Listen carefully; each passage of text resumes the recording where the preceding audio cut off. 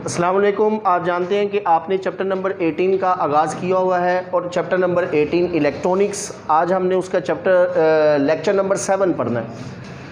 इंतहाई important topic है transistor as an amplifier, और इसे हम हमेशा के लिए महफूज करने लगे हैं वीडियो बनाकर। और आप चैनल कौन सा देख रहे हैं? सादुल्ला फ़ारूकी। इसलिए सब्सक्राइब करना नहीं बोलना। इस टॉपिक को समझने के बाद, पहले इसको समझना है, उसके बाद फिर आपने करना जी। ट्रांजिस्टर नहीं, बेल आइकन की ज़रूरत नहीं है, वो शक्लें वैसे ही बेल आइकन वाली हैं, इसलिए खुद ही शक्ल को ऐसे कर लेना बस आप। Transistor as an amplifier. बच्चों, सेकेंड ईयर फिज़िक्स में अगर हम इम्पोर्टेंट 12th फिज़िक्स में इम्पोर्टेंट 3 टॉपिक की लिस्ट बनाई जाए ना, पूरी फिज़िक्स के अंदर इम्पोर्टेंट 3 सब्जेक्टिव के टॉपिक की अगर हम लिस्ट बनाएं तो उनमें से series resonance circuit chapter number 16 का आता है।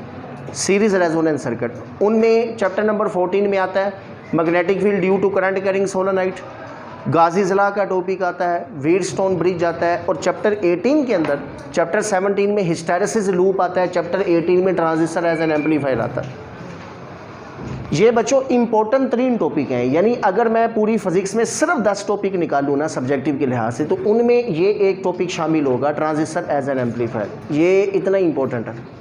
दूसरी चीज़, ये बच्चों को अक्सर बड़ा मुश्किल लगता है, इसकी डेरिवेशन मेडिकल वालों को तो ख़ास तौर पर इंतहाई मुश्किल इसकी डेरिवेशन लगती है, हालांकि इतना मुश्किल है नहीं है।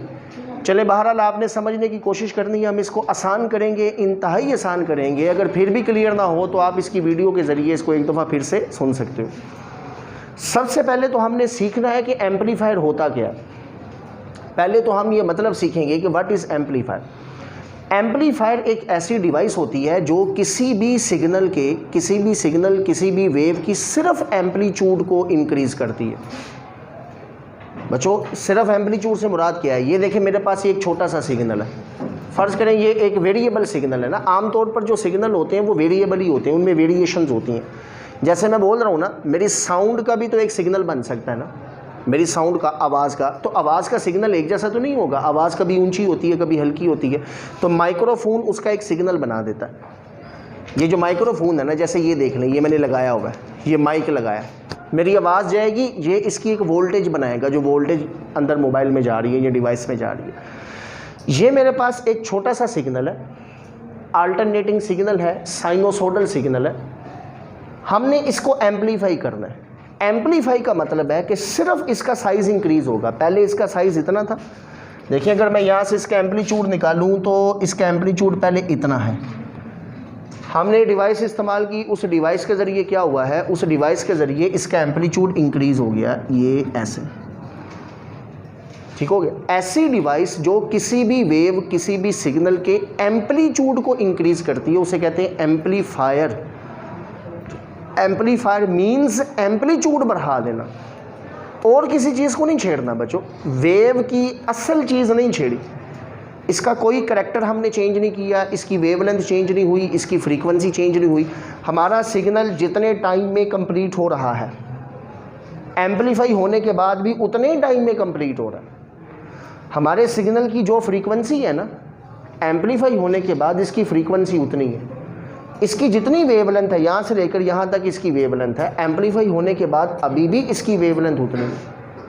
तो एम्पलीफायर ने ना फ्रीक्वेंसी बदली है, ना वेवलेंथ बदली है, ना उसने जो है ना इसकी किसी और करैक्टर को चेंज किया, टाइम पीरियड भी चेंज नहीं हुआ, सिर्फ और सिर्फ क्या किया है, एम्पलीट्यूड को इंक्रीज़ कर दिया। एम्पलीट्यूड से होगा क्या? एम्पलीट्यूड के बढ़ने से आंसर है एनर्जी जो होती है ना, वेव की एनर्जी। ये बड़ा एक फेमस रिलेशन है, वेव की एनर्जी डायरेक्टली प्रोपोर्शनल होती है स्क्वायर ऑफ एम्पलीट्यूड। बच्चों, अगर एम्पलीट्यूड डबल होगा तो एनर्जी 4 गुना हो जाएगी, एनर्जी बढ़ेगी। किसी भी वेव की जो एनर्जी होती है ना, वो एम्पलीट्यूड के स्क्वायर के डायरेक्टली प्रोपोर्शनल होती है। एनर्जी मतलब पावर। तो जब हमारे सिग्नल का एम्पलीट्यूड बढ़ता है ना, आप यूँ समझ रहे हैं कि उस सिग्नल की एनर्जी, उसकी पावर इंक्रीज़ हो जाती है, ठीक है जी। इसलिए मैंने यहाँ पर लिखा है amplifier is a device which increase the amplitude and power. जो सिग्नल का एम्पलीट्यूड और पावर इंक्रीज कर देता है, किसको चेंज किए बगैर, without changing the character. Character नहीं बदलता, यानी हमारे सिग्नल का असल करैक्टर वही रहता है। जैसे लेट सपोज आपने मेरी आवाज़ सुनी हुई है, अगर मैं स्पीकर में बोलना शुरू करूँगा ना तो आप मेरी आवाज़ को पहचान जाओगे, क्योंकि स्पीकर मेरी आवाज़ की फ्रीक्वेंसी नहीं बदल रहा, वो तो आवाज़ को ऊंचा कर रहा है। आप मस्जिद में जाते हैं, मस्जिद में वहाँ 10 स्पीकर लगे हैं, कारी साहब जब बोलते हैं तो 10 के 10 स्पीकर से आवाज़ तो एक जैसी आती है ना। स्पीकर आवाज़ के करैक्टर को नहीं बदलता, आवाज़ नहीं बदलता, सिर्फ आवाज़ को ऊंचा करता है। तो याद रखना, एम्पलीफायर ने किसी भी वेव के करैक्टर को चेंज नहीं करना होता, ख़ास तौर पर फ्रीक्वेंसी, क्योंकि फ्रीक्वेंसी बदलने से ना आवाज़ बदल जाती है। दुनिया में हर इंसान की एक फ्रीक्वेंसी है बोलने की, जिससे पहचान होती है। तो खाला का फ़ोन आता है तो पता चल जाता है, खाला रॉन्ग नंबर से भी आएगा तो ये खाला बोल रही है, ये फ़लाँ बोल रहा है, ये फ़लाँ, आवाज़ सुनी होती है हमने। अल्लाह ताला ने हर एक की एक फ्रीक्वेंसी रखी है। स्पीकर, डिवाइस, माइक, ये जितनी चीज़ें होती हैं, ये फ्रीक्वेंसी किसी भी सिग्नल के करैक्टर को चेंज नहीं करती हैं, सिर्फ उसको बड़ा करती हैं। तो बात समझ लग रही है। एम्पलीफायर क्या करेगा, एक वेव जितने टाइम में कंप्लीट हो रही है, जितनी फ्रीक्वेंसी है, जितनी वेवलेंथ है, अभी भी उसका टाइम पीरियड, फ्रीक्वेंसी, वेवलेंथ सब कुछ बराबर है। बदली है तो कौन सी चीज़ बदली है, सिर्फ उसका साइज़ बदला है बस। पहले सिग्नल 1 वोल्ट का था, अब सिग्नल 10 वोल्ट का है, इंक्रीज़ हुआ। लेकिन सिग्नल जैसे बदल रहा था, ये 0 से बढ़ता है कम होता है, अभी भी तो ऐसे ही है, 0 से बढ़ता है कम होता है, सब कुछ वैसे ही है, सिर्फ उसका एम्पलीट्यूड इंक्रीज़ हुआ। और एम्पलीट्यूड इंक्रीज़ होने से क्या होता है, आंसर है एनर्जी, पावर इंक्रीज़ होती है। एनर्जी से directly proportional to square root of amplitude, square of amplitude. ठीक है, चले अब हम चलते हैं। ये तो मैंने कुछ आपको इंट्रोडक्शन दिया है एम्पलीफायर का। अब हम अपने टॉपिक की तरफ चलते हैं, transistor as an amplifier. Transistor signal को एम्पलीफाई कैसे करेगा। सबसे पहले तो देखें, this is common emitter configuration. ये मैं आपको पहले समझा चुका हूँ कि ट्रांजिस्टर को किसी एक तरीके से यूज़ करना पड़ता है, या कॉमन बेस, या कॉमन एमीटर, या कॉमन कलेक्टर, क्योंकि हमारे पास ऑप्शन नहीं है। हमें 4 तारे चाहिए, हमारे पास रीजन 3 होते हैं, एमीटर, बेस, कलेक्टर, तो किसी एक से डबल तार निकालनी पड़ेगी। जिससे डबल तार निकालोगे उसके लिए लफ्ज़ कौन सा यूज़ होगा, कॉमन का। This is common emitter configuration. NPN transistor है, कॉमन एमीटर कॉन्फ़िगरेशन है। आप जानते हैं ट्रांजिस्टर किसी भी पर्पज़ के लिए यूज़ हो, उसकी कुछ चीज़ें कभी नहीं बदलती हैं, और उनमें से बायसिंग रिक्वायरमेंट एक चीज़ है। ट्रांजिस्टर के साथ जब बैटरीज लगानी है ना, वो पक्की डिसाइड हो चुकी हैं। वो आपको मैं पिछले 2 लेक्चर से बार बार बताता आ रहा हूँ कि कैसे लगानी है। तो ट्रांजिस्टर में हमेशा emitter base junction forward bias होगा, कलेक्टर वाला जंक्शन रिवर्स बायस होगा। देखो बच्चों, NPN बेस P है ना, B, ये P बैटरी के पॉजिटिव से जुड़ा है, this is forward bias. Base का P रीजन बैटरी के पॉजिटिव से जुड़ा है, ये फॉरवर्ड बायस है, तो ये बैटरी फॉरवर्ड होगी। कलेक्टर N है ना, NPN, तो कलेक्टर का N वाला हिस्सा बैटरी के पॉजिटिव से जुड़ा है। तो बच्चों N अगर पॉजिटिव से जुड़ा होगा, दिस इज़ रिवर्स बायस, तो कलेक्टर वाला जंक्शन रिवर्स है, बेस एमीटर वाला जंक्शन फॉरवर्ड है। एक कंडीशन पूरी। रिवर्स बैटरी हमेशा ज़्यादा होती है किससे, फॉरवर्ड बैटरी से। तो VCC देखें ज़्यादा है रिवर्स बैटरी, VBB देखें जो फॉरवर्ड बैटरी है वो कम है। बच्चों ये चीज़ें, तो ये पेट रूल है, पेट रूल पक्का, इसमें कभी कोई चेंजेस नहीं होंगी। ट्रांजिस्टर में एक जंक्शन फॉरवर्ड होगा, एक रिवर्स होगा, रिवर्स बैटरी थोड़ी बड़ी होगी फॉरवर्ड बैटरी से। ठीक है, अच्छा बाकी बची हैं ये 2 चीज़ें।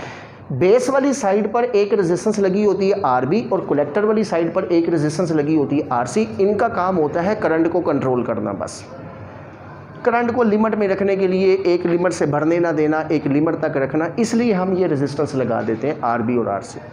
ठीक है जी, चले उसके बाद बच्चों, आपने एक तरफ से देनी है इनपुट, दूसरी तरफ से सिग्नल बड़ा होकर आपको मिलेगा, आउटपुट मिलेगी।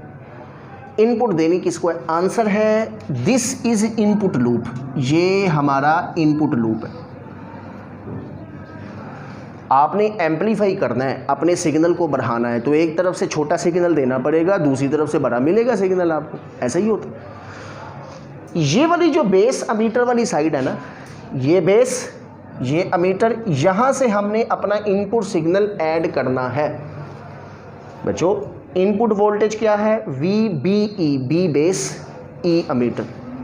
ये जो डबल डिजिट लिखे होते हैं ना, डबल डिफरेंट डिजिट जब हम लिखते हैं तो याद रखना इसमें पहला वो डिजिट लिखना होता है जो बैटरी के प्लस से जुड़ा है। वैसे ही एक कन्वेंशन है। देखो मैंने बी भी लिखना है, ई भी लिखना है। अब सवाल आता है कि सर कौन सा पहले लिखें, ई लिखें या बी लिखें? तो इनमें से प्लस के साथ कौन जुड़ा हुआ है? तो बेस वाला ये प्लस के साथ जुड़ा है, इसलिए बी पहले आएगा, ई बाद में। हमने बेस अमीटर में इनपुट सिग्नल देना है, इधर से इनपुट ऐड करेंगे और आउटपुट हमें मिलेगी कलेक्टर वाली साइड से। ये कलेक्टर अमीटर वाली साइड से हमें आउटपुट मिलेगी, क्योंकि अमीटर तो दोनों में आ रहा है ना, this is common ammeter. Ammeter इधर भी आ रहा है उधर भी आ रहा है। तो हमने इनपुट देनी है बेस अमीटर को, इधर से इनपुट देनी है, इधर से आउटपुट मिलनी है। तो आउटपुट वोल्टेज क्या है, CE। सी पहले क्यों लिखा है? तो देखें कलेक्टर किसके साथ जुड़ा हुआ है, प्लस के साथ, इसलिए सी पहले आएगा, ई बाद में। तो VCE वोल्टेज कौन सी है, आउटपुट वोल्टेज। VBE वोल्टेज कौन सी है, इनपुट वोल्टेज। ठीक हो गया। चले मैं यहाँ पर ना एक छोटा सा इजाफा करने लगा हूँ बच्चों, ये किताब में नहीं है लेकिन इसको यहाँ समझाना ज़रूरी है। एक और चीज़ लगी होती है यहाँ पर, कैपेसिटर। ऐसे एक कैपेसिटर भी यहाँ पर लगा होता है। कैपेसिटर क्यों लगाते हैं बच्चों? हमारा जो सिग्नल होता है ना, दिस इज अल्टरनेटिंग सिग्नल। हमारा कोई भी सिग्नल होगा, आमतौर पर आवाज़ ही होती है ना। एक ह्यूमन पर्सन की जो आवाज़ है वो कभी कांस्टेंट नहीं होती है, वेरिएबल होती है। इंसान की खूबी ये है कि उसकी आवाज़ वेरिएबल होती है, तभी तो वो मुख्तलिफ़ तरीक़ों से लोगों को बात कर सकता है, समझा सकता है, एक्सप्रेशन दे सकता है। जानवर एक ही आवाज़ से बोलते हैं, ये इंसान को खूबी दी है कि वो अपनी आवाज़ में वेरिएशन लाता है। हमारा सिग्नल कौन सा होता है, AC। हमारा सिग्नल होता है नॉर्मली AC। इधर लगा हुआ है कैपेसिटर, ये बैटरी है DC, ऐसे ही है। कैपेसिटर का पर्पस पता क्या होता है? आपने 16 चैप्टर में पढ़ा था, कैपेसिटर की एक खूबी होती है कि कैपेसिटर AC को अलाउ करता है, DC को ब्लॉक करता है। याद होगा, कैपेसिटर AC को अलाउ करता है, AC कैपेसिटर में से गुजरता है। टॉपिक का नाम था AC through capacitor. DC capacitor में से नहीं गुजरता, कैपेसिटर DC को ब्लॉक करता है, डायरेक्ट करंट। हम चाहते हैं हमारा ये जो सिग्नल है, ये कौन सा सिग्नल है, AC है ना, ये तो कैपेसिटर में से गुजर जाएगा बच्चों ऐसे, और गुजर के मशीन में चला जाएगा ट्रांजिस्टर के पास। लेकिन ये जो बैटरी लगी है ना, ये बैटरी का करंट इधर नहीं आ सकता। हम चाहते हैं कि ये जो अंदर DC बैटरी लगी है उसका करंट सिग्नल के पास ना आए, हमारा सिग्नल अंदर ट्रांजिस्टर में चला जाए। तो फिर क्या करना पड़ेगा, कैपेसिटर लगा दो। कैपेसिटर AC को तो अलाउ करता है, this signal is AC variable. ये तो अंदर जाएगा ट्रांजिस्टर में, लेकिन ट्रांजिस्टर का करंट बाहर नहीं आएगा क्योंकि रास्ते में कैपेसिटर है, दिस इज DC, ये डायरेक्ट करंट है। तो कैपेसिटर DC को ब्लॉक करता है। ठीक है बच्चों। इसी तरह से आउटपुट वाली साइड पर भी ना बच्चों, आउटपुट वाली साइड पर भी एक कैपेसिटर लगा होता है। कैपेसिटर का वही फंक्शन है कि इसने AC को तो अलाउ करना है लेकिन DC को ब्लॉक करना है। हम चाहते हैं कि हमारा सिग्नल जिस तरह से वेरिएबल था ना, आउटपुट पर हमें इस रिवर्स बैटरी का कहीं ऐसा ना हो कि रिवर्स बैटरी का करंट ये स्पीकर के पास आ जाए, दिस इज DC। हम चाहते हैं कि जैसा हमारा सिग्नल था ना वेरिएबल, वैसा ही हमें वेरिएबल एक सिग्नल चाहिए, इसलिए हमने कैपेसिटर लगा दी। तो इसमें क्या होगा, आउटपुट में आपको सिर्फ वही सिग्नल आउटपुट में मिलेगा जैसा आपने दिया था, ये वाला करंट नहीं मिलेगा बच्चों। अगर ये DC करंट आना शुरू हो गया ना स्पीकर में, तो कभी आपने मस्जिद में देखा होगा स्पीकर ख़राब हो जाए, या कभी नीचे साउंड सिस्टम गूंज सी आती, ऐसे एक आवाज़ आती है कांस्टेंट। वो जो कांस्टेंट आवाज़ आती है ना, जो सायरन की आवाज़ होती है, या अफ्तारी के टाइम रमज़ान में एक आवाज़ आती है स्पीकर से एक जैसी, वो DC की होती है। अगर स्पीकर को DC दे दोगे ना, एक जैसा करंट दोगे, तो आवाज़ एक जैसी आएगी, जैसे अफ्तारी में आती है, रोज़ा खुलते वक्त या रोज़ा बंद होते वक्त वो एक आती है ना आवाज़, सायरन की आवाज़ आती। वो कि कब आती है बच्चों, जब डायरेक्ट करंट दे दो। लेकिन अगर आप स्पीकर को डायरेक्ट करंट ना दें, नहीं देंगे, तो फिर आवाज़ आपको वेरिएबल आएगी जो है। तो हम चाहते हैं जो हमारा सिग्नल था हमें वैसा सिग्नल आउटपुट में मिलना चाहिए, यानी वेरिएबल मिलना चाहिए, तो हमने कैपेसिटर लगा दिया। तो ये इस बैटरी के करंट को तो नहीं जाने देगा, लेकिन यहाँ पर जो एसी सिग्नल होगा वो कैपेसिटर से गुजरेगा, आउटपुट में मिलेगा। ठीक है, तो समझ लगी है कि कैपेसिटर का फंक्शन क्या होता है। इसलिए यहाँ पर इनपुट और आउटपुट वाली साइड पर कैपेसिटर लगा होता है। लो जी, ये हमारे पास था थोड़ी सी एक्सप्लेनेशन, थोड़ी मैंने बताई है डायग्राम के हवाले से। तो ये इनपुट लूप है और कलेक्टर वाली साइड पर कौन सा लूप है, तो आंसर है this is known as output loop. अब बच्चों हम चलते हैं अपनी मैथमेटिकल डेरिवेशन की तरफ, और हमने फार्मूला ड्राइव करना है गेन का, एम्पलीफिकेशन का। एम्पलीफाई का मतलब इजाफा ही होता है ना, बढ़ना, इजाफा, इसे गेन भी कहते हैं। ओहम लॉ के मुताबिक, अब डेरिवेशन की तरफ, ओहम लॉ के मुताबिक V is equal to I R. बच्चों वोल्टेज किसके बराबर होती है, I R, current into resistance. यहाँ से करंट अगर निकालूँ तो किसके बराबर होगा, रेजिस्टेंस उधर जाएगी, तकसीम हो जाएगी। तो आई बी करंट, अभी मैं इनपुट लूप को स्टडी कर रहा हूँ, I B current is equal to I B base current is equal to V B E base ammeter voltage divided by R I E base और अमीटर के दरमियान जो रेजिस्टेंस होती है, इस रेजिस्टेंस को हम कहते हैं इंटरनल रेजिस्टेंस, और इसका सिंबल होता है R I E. This is resistance between base and ammeter. तो करंट किसके इक्वल होगा, voltage over resistance. I B current is equal to V B E divided by R I E. अभी कल हमने पढ़ा है करंट गेन बीटा किसके equal होता है, I C upon I B. बच्चों कलेक्टर करंट बेस करंट की रेशो को क्या कहते हैं, बीटा।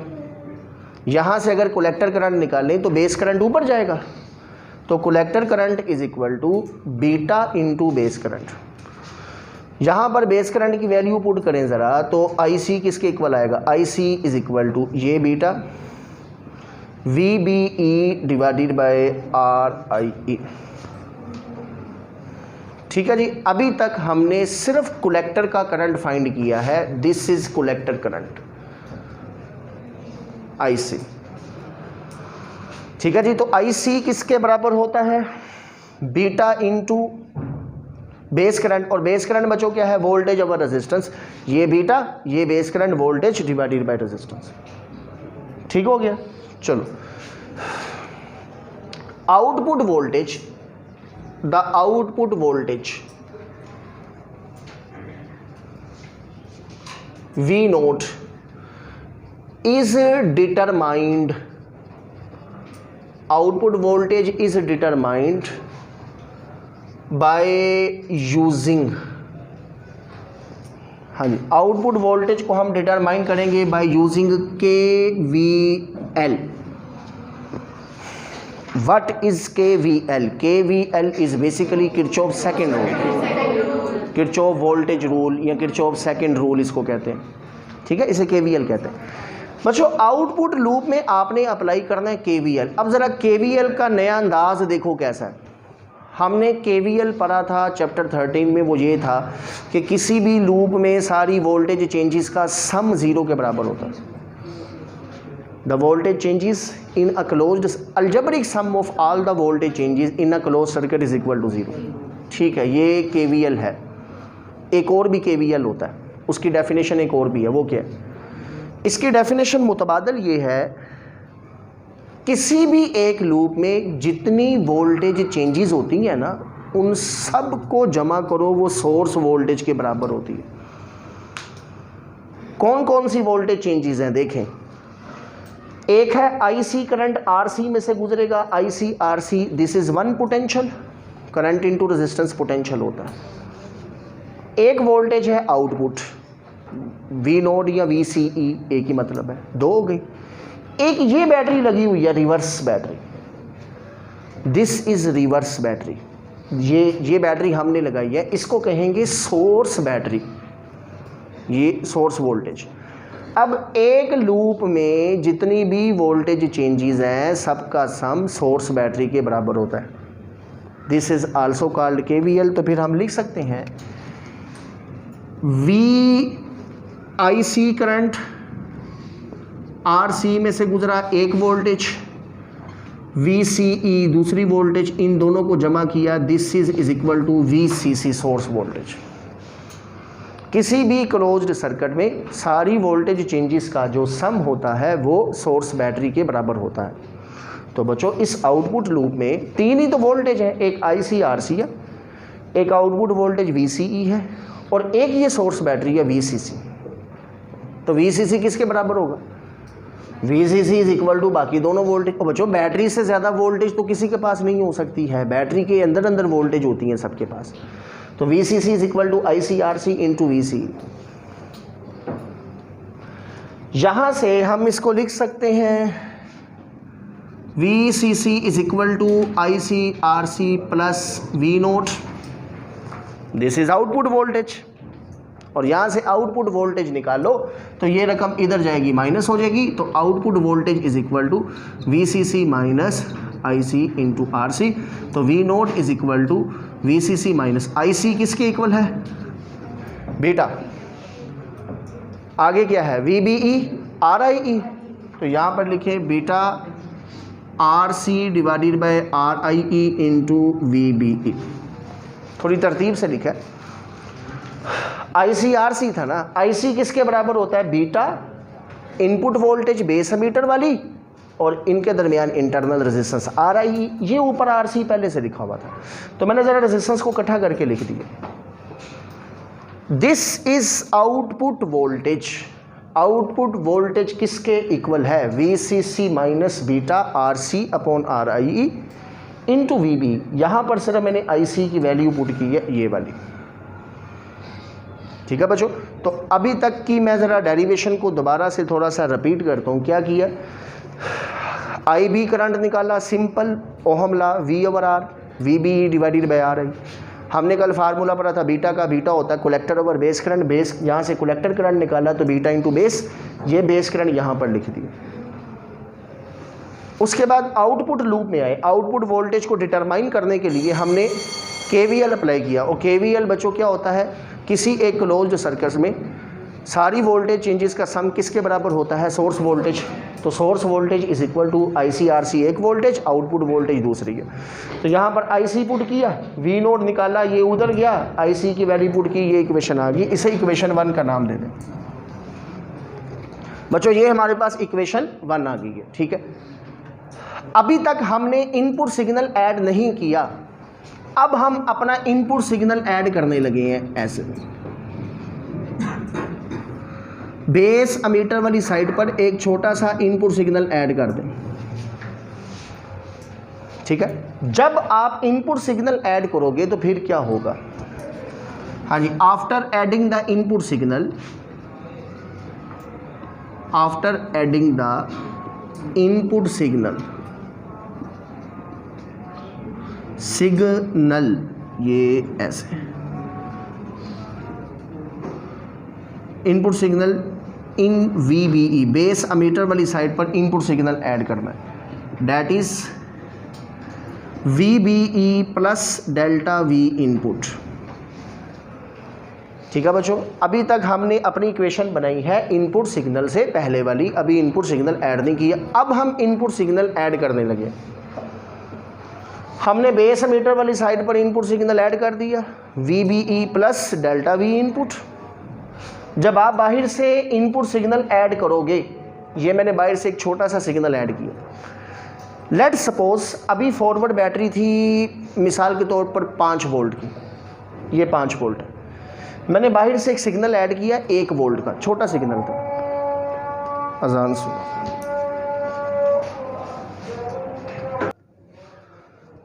तो अगर ये बच्चों आपके पास फॉरवर्ड बैटरी 5 वोल्ट की है, मैंने बाहर से 1 वोल्ट का सिग्नल ऐड किया तो 6 वोल्ट होगी।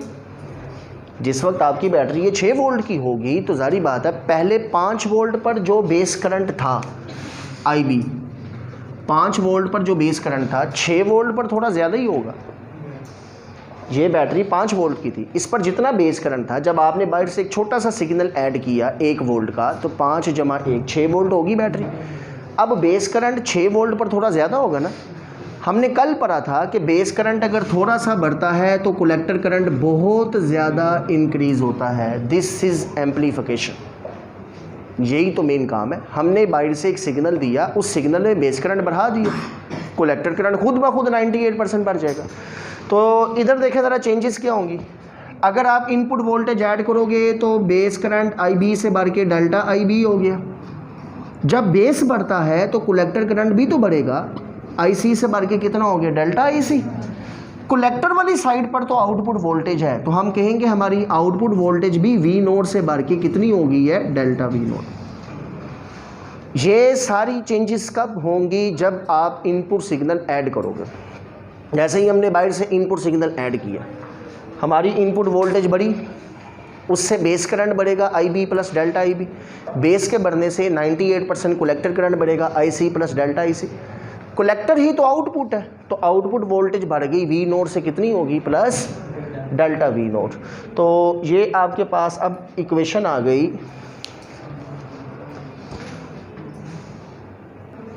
जी बच्चों, तो अब ज़रा देखें आपके पास ये इक्वेशन 1 क्या बनेगी। सो इक्वेशन 1 बिकम्स, हाँ जी इधर देखें ज़रा बच्चों, ये इक्वेशन 1 है, VCC minus beta RC upon RIE, ये हमने VBE में ऐड किया है इनपुट सिग्नल, ऐसे डेल्टा V इनपुट। अगर इनपुट सिग्नल ऐड करेंगे तो आउटपुट वोल्टेज भी V0 से बढ़ के कितनी हो जाएगी, डेल्टा V0। इसको इक्वेशन अभी नहीं, अभी 2 का नाम नहीं। तो V0 प्लस डेल्टा V0 कब होगा, जब VBE plus delta V input होगा। इसको हम ऐसे लिख सकते हैं VCC माइनस, ये ब्रैकेट के बाहर वाली रकम है, ये अंदर दोनों से मल्टीप्लाई होगी। ये beta RC upon RIE multiply हुआ VBE से, ये minus plus minus beta RC upon RI। बच्चों ये रकम मल्टीप्लाई हुई किससे, डेल्टा V इनपुट से। ब्रैकेट के बाहर जो रकम है वो ब्रैकेट के अंदर दोनों रकमों से मल्टीप्लाई होगी। और इधर क्या है, इधर है V0 प्लस डेल्टा V0। इसको हम इक्वेशन 2 का नाम देते हैं। तो बच्चों इन शॉर्ट अभी तक हमने पता क्या किया, हमने एक इक्वेशन बनाई इनपुट सिग्नल ऐड करने से पहले, और एक इक्वेशन हमने बनाई इनपुट सिग्नल ऐड करने के बाद। बस ये 2 काम। जैसे देखो, इनपुट सिग्नल ऐड करने से पहले आउटपुट वोल्टेज थी 5, सपोज इनपुट सिग्नल से पहले आउटपुट वोल्टेज कितनी थी, 5। इनपुट सिग्नल ऐड करने के बाद आउटपुट वोल्टेज है 20। मुझे बताओ इजाफा कितना हुआ है, तो आप कहेंगे सर 20 माइनस 5 15, इजाफा 15 का हुआ। तो इसका मतलब है एम्पलीफिकेशन गेन कैसे निकलेगा, इस इक्वेशन को इसमें से माइनस कर दें। इनपुट से पहले इनपुट के बाद 2 इक्वेशन है, इनको माइनस करो, खुद ही इजाफा निकल आएगा, जो चीज़ बड़ी होगी वो निकल आएगी। तो फिर हम लिख सकते हैं सब्ट्रैक्ट इक्वेशन 1 किस में से करना है, फ्रॉम इक्वेशन 2। तो ये इक्वेशन 1 है, इसको सब्ट्रैक्ट कर दें बच्चों, बड़ी इक्वेशन में से छोटी माइनस करें, खुद ही इजाफा निकल आएगा, कितनी एम्पलीफाई हुआ है खुद ही निकल आएगा। This is V0 is equal to, ये VCC आगे क्या लिखा हुआ है, minus beta RC upon RIE into VBE। इसको करना है सब्ट्रैक्ट, और सब्ट्रैक्शन में आपने पढ़ा हुआ है साइन चेंज हो जाते हैं। सब्ट्रैक्शन में क्या चेंज होते हैं, साइन चेंज हो जाते हैं। Plus V0 minus V0 cancel हो गया, plus VCC minus VCC cancel हो गया। ये माइनस में रकम है और ये नीचे प्लस में रकम है, ठीक हो गया। ऊपर ये माइनस है, ये नीचे प्लस है, तो ये फैक्टर भी तो कैंसिल हो गया। पीछे क्या बच गया, ये डेल्टा V0 बच गया इज इक्वल टू, इधर बच गया minus beta RC upon RIE, और ये डेल्टा V इनपुट। यहाँ से इनपुट नीचे ले आए बच्चों, the ratio of output voltage divided by input voltage, this is known as voltage gain. इसे कैपिटल A से साथ छोटा सा v लिख दें, this is voltage amplification. Output voltage और इनपुट वोल्टेज की रेशो को गेन कहते हैं, एम्पलीफिकेशन कहते हैं। दिस इज वोल्टेज एम्पलीफिकेशन, और ये किसके बराबर आई है? माइनस बीटा आगे क्या है बच्चों? RC upon RI। This is the required formula of amplification, voltage amplification, voltage gain, और ये वोल्टेज गेन किसके बराबर है? Minus beta RC divided by RI। अब मुझे बताओ ज़रा, बीटा क्या होता है? आंसर है बीटा होता है करंट गेन। क्या होता है? ये कल हमने बच्चों पढ़ा था, दिस इज करंट गेन। इधर देखें, RC कलेक्टर की रेजिस्टेंस है बच्चों, कलेक्टर वाली साइड आउटपुट होती है ना, कलेक्टर को आउटपुट कहते हैं, ये आउटपुट रेजिस्टेंस है, और इनपुट ये है RIE। तो आउटपुट और इनपुट की रेशो क्या होती है? गेन होता है, एम्पलीफिकेशन होती है। भले वो आउटपुट वोल्टेज और इनपुट वोल्टेज हो, भले वो output current IC input current IB हो, दिस इज करंट गेन। तो फिर ये क्या होगा? RC और RIE, इसको हम किस लिख सकते हैं? रेजिस्टेंस गेन, और this is known as resistance gain. RC output resistance, RIE input resistance, output और input, this is resistance gain. Beta होता है करंट गेन। तो मुझे बताओ, करंट मल्टीप्लाई रेजिस्टेंस कौन सी चीज़ बनती है?